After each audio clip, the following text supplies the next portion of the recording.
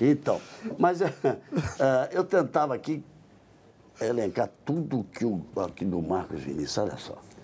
Bom, atleta medalhista olímpico, prata, voleibol, Lausanne, tá fácil. Agora fala o que você falou da medalha de prata deles de Los Angeles antes do programa. Agora fala. Que vocês só ganharam a medalha porque teve boicote. Não, para. Isso é uma coisa que você não pode dizer. Isso é uma coisa que tem milhões de pessoas assistindo lá. Não, você me perdoa porque eu não disse isso. Eu jamais disse isso.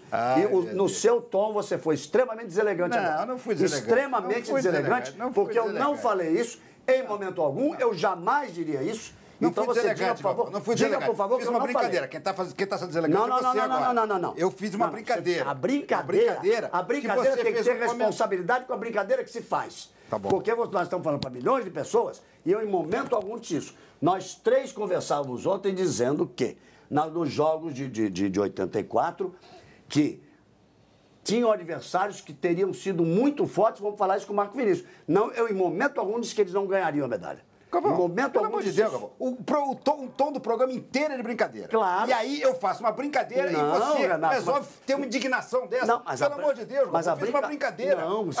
peraí, pô. Faz uma brincadeira, mas não diga que eu disse que não ia ganhar. Mas não justifica essa tua indignação toda. Você poderia ter dito, era uma brincadeira, acabou. É uma brincadeira. Agora, pô, parece uma coisa, parece um drama. Não, é um drama sim. Não, claro que não. É claro. Bom, chega, morreu o assunto, acabou. O que foi dito foi o seguinte, começamos a conversar sobre o Sebastian Coe, porque nós não tivemos os americanos e os países nas Olimpíadas de 80 e não tivemos os países da chamada Cortina de Ferro nos Jogos de 84.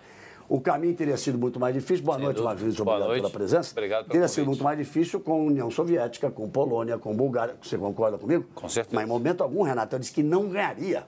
Eu sei que você falou em tom de brincadeira, mas peraí. Você fez uma brincadeira, eu fiz outra. E você resolveu levar a sério. Não, senhor. A brincadeira fora do ar é uma coisa, a brincadeira ao vivo é outra.